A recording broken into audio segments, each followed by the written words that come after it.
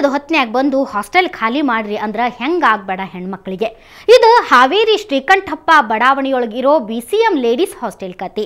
ಯಾಕೆ ಹಿಂಗಾತು ಅಂತೀರೇನು? ನೀವ ಈ ಸುದ್ದಿ ನೋಡ್ರಿ.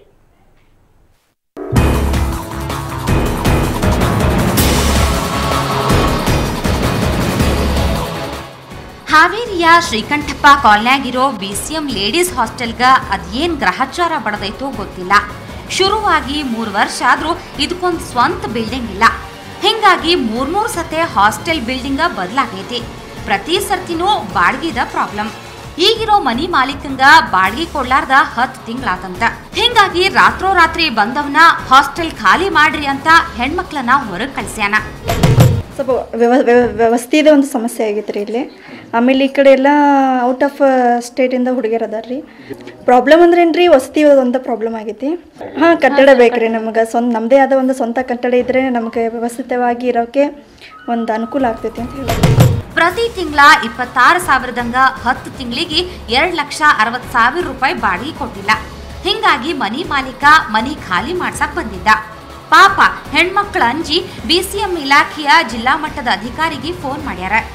ಇನ್ನೊಂದು 2-3 ದಿನದಾಗ ಬಾಡಿಗೆ ಕೊಡಿಸ್ತೇವೆ ಅಂತ ಅಧಿಕಾರಿಗಳು ಮನಿ ಮಾಲೀಕನ ಕೈಕಾಲು ಹಿಡ್ಕೊಂಡ್ರು. ಅವರೇ ಪೇಪರ್ಸ್ ಅನ್ನು ಲೇಟಾಗಿ ನಮಗೆ ಸಬ್ಮಿಟ್ ಮಾಡಿದ್ದಾರೆ. ಈಗೆಲ್ಲ ಇವೆಲ್ಲ ಆಗಬೇಕಲ್ಲ, ಫಾರ್ಮ್ಯಾಲಿಟೀಸ್ ಎಲ್ಲ. ಇನ್ನು ನಿನ್ನೆ ಸ್ಟ್ಯಾಂಡಿಂಗ್ ಕಮಿಟಿಯಲ್ಲೆಲ್ಲ ಅಪ್ರೂವ್ ಆಗಿದೆ. ಇನ್ನೊಂದು ವಾರ ಅವರಿಗೆ ನಾವು ಗಡುವು ಕೊಟ್ಟರು ಕೂಡ ಅವ್ರು ಈ ಥರ 2,20,000 ರೂಪಾಯಿನ ಬರಬೇಕು. ಬಿಲ್ ಕೂಡ ರೆಡಿ ಮಾಡಿಟ್ಟಿದ್ದೇವೆ ನಾವು.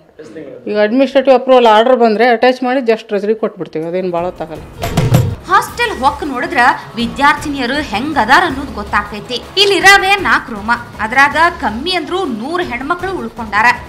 ಊಟ ಮಾಡುದು ಓದುದು ಎಲ್ಲ ಇಲ್ಲೇ. ಚಪ್ಲಿ ಬಿಡೋ ಜಾಗದಾಗೂ ಮಕ್ಕಳೋ ಪರಿಸ್ಥಿತಿ ಐತಿ. ನಾವೀಗಿರೋದು ಬಾಡಿಗೆ ಕಟ್ಟಡ. ಈಗ ಎಲ್ಲರಿಗೂ ಎಲ್ಲ ಕಡೆಯಿಂದನೂ ಎಲ್ಲ ಜಿಲ್ಲೆಯಿಂದನೂ ಬಂದಿರೋದಕ್ಕೋಸ್ಕರ ಎಲ್ಲ ವಿದ್ಯಾರ್ಥಿಗಳಿಗೂ ತೊಂದರೆ ಆಗ್ತಾ ಇದೆ. ಅದಕ್ಕೋಸ್ಕರ ನಮಗೆ ಸ್ವಂತವಾದಂಥ ಒಂದು ಕಟ್ಟಡ ಇದ್ದರೆ ಯಾವ ಸಮಸ್ಯೆನೂ ಬರೋದಿಲ್ಲ. ಅದಕ್ಕೋಸ್ಕರ ಈಗ ನಮ್ಮ ಸ್ವಂತವಾದಂಥ ಕಟ್ಟಡದ ಅವಶ್ಯಕತೆ ಇದೆ ಅಂತ ಹೇಳ್ತೀವಿ. D.Ed, B.Ed, ಇಂಜಿನಿಯರಿಂಗ್ ಹಿಂಗ ಬ್ಯಾರೆ ಬ್ಯಾರೆ ವೃತ್ತಿಪರ ಕೋರ್ಸ್ಗೆ ಹೋಗೋ ಹೆಣ್ಮಕ್ಳು ಇಲ್ಲಿ ಅದಾರ. ಇಂಥ ಪರಿಸ್ಥಿತಿ ಒಳಗ ಹೆಂಗ್ ಓದುದು, ಹೆಂಗ್ ಭವಿಷ್ಯ ರೂಪಿಸ್ಕೊಳ್ಳುದು ಅಂತಾರ ಹೆಣ್ಮಕ್ಳು. ಆದಷ್ಟು ಲಘುನ ಈ ಹಾಸ್ಟೆಲ್ಗೊಂದು ಸ್ವಂತ ಬಿಲ್ಡಿಂಗ್ ಆಗ್ಬೇಕಾಗೈತಿ. ಸುರೇಶ್, ಸುವರ್ಣ ನ್ಯೂಸ್ 24/7 ಹಾವೇರಿ. ತಮ್ಮ ಮನಿ ಮುಂದೆ ಕತ್ತಿ ಸತ್ತು ಬಿದ್ದಿದ್ರು ಬ್ಯಾರೆಯವ್ರ ಮನಿ ಮುಂದೆ ಬಿದ್ದಿರೋ ಕಸ ಎಣ್ಸೋ ಪೈಕಿ ಈ ಬೀದರ್ ಮುನ್ಸಿಪಾಲ್ಟಿ ತಮ್ಮದ ನಗರಸಭೆನ ಗೊಬ್ಬು ನಾರಾ ಕುಂತೈತಿ.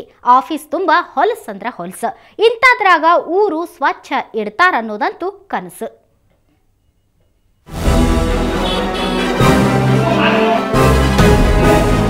ಬೀದರ್ ನಗರಸಭೆ ಬಿಲ್ಡಿಂಗ್ ಬೋರ್ಡ್ ಎರಡೂ ಚಂದದವ. ಆದ್ರ ಈ ನಗರಸಭೆ ಆಫೀಸ್ ಒಳಗ ಹೆಂಗೈತಿ ನೋಡೋಣ ಬರ್ರಿ. ಗ್ವಾಡಿ ಮ್ಯಾಗಿರೋದು ಕೆಂಪ್ ಬಣ್ಣ ಅಲ್ರಿ, ಎಲಿ ಅಡಿಕೆ ಗುಟ್ಕಾ ತಿಂದ ಆಫೀಸ್ನಾಗ ಉಗುಳಿದ್ದು. ಇಷ್ಟ ಅಲ್ಲ, ನಗರಸಭಾ ಅಧ್ಯಕ್ಷರ ಕ್ವಾಣಿ ಬಾಜುಕ ವಿಸ್ಕಿ, ರಮ್, ಬ್ರ್ಯಾಂಡಿ ಬಾಟ್ಲಿ ಬಿದ್ದಾವ ನೋಡ್ರಿ.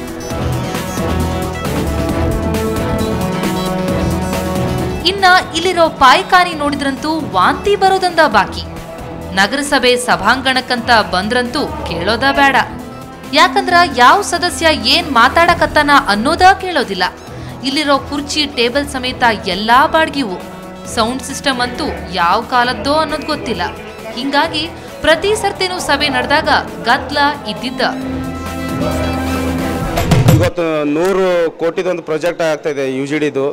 ಅವ್ರಿಗೆ ಇಲ್ಲಿ ರೂಮ್ ಕೂಡ ಸಲುವಾಗಿ ಕ್ಲೀನ್ ಮಾಡಿಸ್ರಿ ಸರ್, ಅವ್ರಿಗೆ ಕೊಡ್ರಿ ಅಂತಂದ್ರೆ ಅವ್ರಿಗೆ ಈಗ ರೆಂಟ್ 14,000 ರೂಪಾಯಿ ಕೊಟ್ಟು ಇದಕ್ಕೆ ಕಳಿಸಿದ್ದಾರೆ. ಎಲ್ಲಿ ನಮ್ಮ ನಗರ ಪ್ರಾದೇಶಿಕ ಇಲಾಖೆಗೆ ಅಲ್ಲಿ ಕೊಟ್ಟು ಕಳಿಸಿದ್ದಾರೆ. ಬಹಳಷ್ಟು ನಮಗೆ ಸದಸ್ಯರಿಗೆ ಇಲ್ಲ ಈಗ ಜನರದ್ದು ಏನು ಹೇಳ್ಕೊಂಬೋಣ.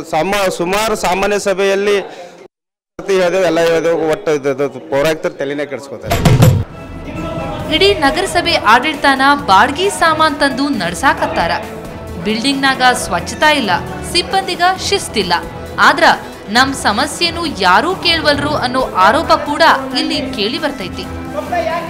ಈಗ ಅದು ಆ ರೂಮ್ ಎದು ಸಲಕ್ಕೆ ಇಟ್ಟಿದೆ ಅಂತಂದ್ರೆ SWM ಸ್ಟಾಫ್ ಕಂಪ್ಲೀಟ್. ಈಗ ಜಸ್ಟ್ ರೆವೆನ್ಯೂ ಸೆಕ್ಷನ್ ಇದೆಲ್ಲ, ಆ ಟೈಪ್ SWM ಸ್ಟಾಫೇ ಬೇರೆ ಕಡೆ ಮಾಡಬೇಕಂತ ಅದೊಂದು ಆ್ಯಕ್ಷನ್ ಪ್ಲಾನ್ ಇದೆ. ಅದು ಕಾಂಟ್ರಾಕ್ಟರ್ ಕೆಲಸ ಮಾಡಬೇಕಾಗಿತ್ತು, ಇನ್ನೂ ಕೆಲಸ ಸ್ಟಾರ್ಟ್ ಮಾಡಿಲ್ಲ. ಸದ್ಯ ಪರ್ಸನಲ್ ಚೇಂಬರ್ಗಳು 4-5 ಈಗ ಅಲ್ಲೇ ಯೂಸ್ ಮಾಡ್ತಾಯಿದ್ದೆವು. ಸಾರ್ವಜನಿಕರಿಗರೆ ಅನುಕೂಲ ಇಲ್ಲ. ಅದಕ್ಕೆ ಅಗ್ರಿ ಟೆಂಡರ್ ಆಗಿದೆ. ಊರು ಸ್ವಚ್ಛ ಇಡಬೇಕಾದ ಮಂದಿನ ಇಷ್ಟೊಂದು ಗಬ್ ನಾರೋ ಆಫೀಸ್ನ್ಯಾಗ ಕೆಲಸ ಮಾಡಕತ್ತಾರ. ಇವ್ರೇನ್ ಊರು ಉದ್ಧಾರ ಮಾಡ್ತಾರ ಅಂತಾರ ಬೀದರ್ ಮಂದಿ.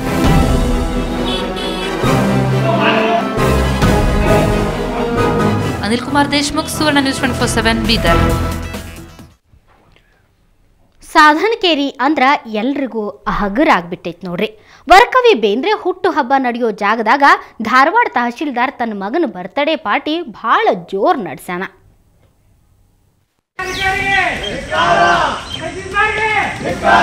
ಧಾರವಾಡದಾಗ ಇರೋ ಸಾಧನಕೇರಿ ಅಂದ್ರ ಎಲ್ಲರಿಗೂ ಪ್ರೀತಿ ಅಭಿಮಾನ ಐತಿ. ಅಂತದ್ರಾಗ ಈ ಕುರ್ಚೆ ಟೇಬಲ್ ನೋಡಿದ್ರ ರಾತ್ರಿ ಇಲ್ಲೊಂದು ದೊಡ್ಡ ಪಾರ್ಟಿ ನಡೆದೈತಿ ಅನ್ನೋದಂತೂ ಖರಿ. ಅಷ್ಟಕ್ಕೂ ಈ ಮಹಾರಾಜ ಚೇರ್ ತರಿಸಿ ಅದ್ರ ಮ್ಯಾಗ ತನ್ನ ಮಗನ್ನ ಕುಂದರ್ಸಿ ಬರ್ತ್ಡೇ ಪಾರ್ಟಿ ಮಾಡಿದವರು ಧಾರವಾಡದ ತಹಶೀಲ್ದಾರ್ ರವಿ ಕರಲಿಂಗಣ್ಣನವರ್. ಈ ಬರ್ತ್ಡೇ ಪಾರ್ಟಿಗೆ ಸ್ವತಃ DC ದರ್ಪಣ್ ಜೈನ್ ಬಂದು ಉಂಡು ಹೋಗ್ಯಾರ. ಪಾರ್ಟಿಗೆ ಬಂದೋರೆಲ್ಲ ಕುಣಿದು ಕುಪ್ಪಳಿಸಿ ಹೋಗ್ಯಾರ. ಇಂಥದ್ದೆಲ್ಲ ಇಲ್ಲೇ ಬೇಕಾಗಿತ್ತಾ ಅನ್ನೋದು ಸ್ಥಳೀಯರ ಪ್ರಶ್ನೆ. ಇವತ್ತು ಅವ್ರಿಗೆಲ್ಲ ಕರೆದು ಕೇಳಿದೇವು ನಾವು ಇದು ಕೆಲಸ ಮಾಡೋರಿಗೆ, ಇಲ್ಲ ನಿನ್ನೆ ತಹಶೀಲ್ದಾರ್ ಕರ್ಲಿಂಗಣ್ಣವ್ರ ಮಗನ ಬರ್ತ್ಡೇ ಇತ್ತು ಅದಕ್ಕೆ ಹಿಂಗಾಗೈತೆ ರೀ ಅಂದರೆ ನಾವು ಇದನ್ನು ಹೋರಾಟ ಮಾಡಿ 5-6 ಕೋಟಿ ರೂಪಾಯಿ ಖರ್ಚು ಮಾಡಿ ಇದೆಲ್ಲ ಜನಕ್ಕೆ ಒಳ್ಳೆಯ ಗಾರ್ಡನ್ ಆಗಲಿ ನೋಡಲಿ ಅಂಥೇಳಿ ಎಲ್ಲರಿಗೂ ಮಾಡ್ಯಾರ. ಚಲೋ ಹವಾ ಇದು ತಗೊಳ್ಳಿ ಅಂಥೇಳಿ ಬೆಳಗ್ಗೆ ಯೋಗ ಮಾಡೋರು ಎಲ್ಲ ಜನ ಬಂದು ಇವತ್ತು ಭಾಳ ಇದನ್ನು ಮಾಡಿದ್ರು. ಇವತ್ತು ಬೇಜಾರಾಗಿ ಬೆಳಿಗ್ಗೆ ಜಾಗಿಂಗ್ಗೆ ಅಂತ ಬಂದೋರು ಇದನ್ನ ನೋಡಿ ಭಾಳ ಬೇಜಾರು ಮಾಡ್ಕೊಂಡ್ರು. ಇಲ್ಲೇ ಇದ್ದ ಕುರ್ಚೆ ಟೇಬಲ್ಲು ಕಸ ಎಲ್ಲ ತೆಗೆದು ಕ್ಲೀನ್ ಮಾಡಿದ್ರು.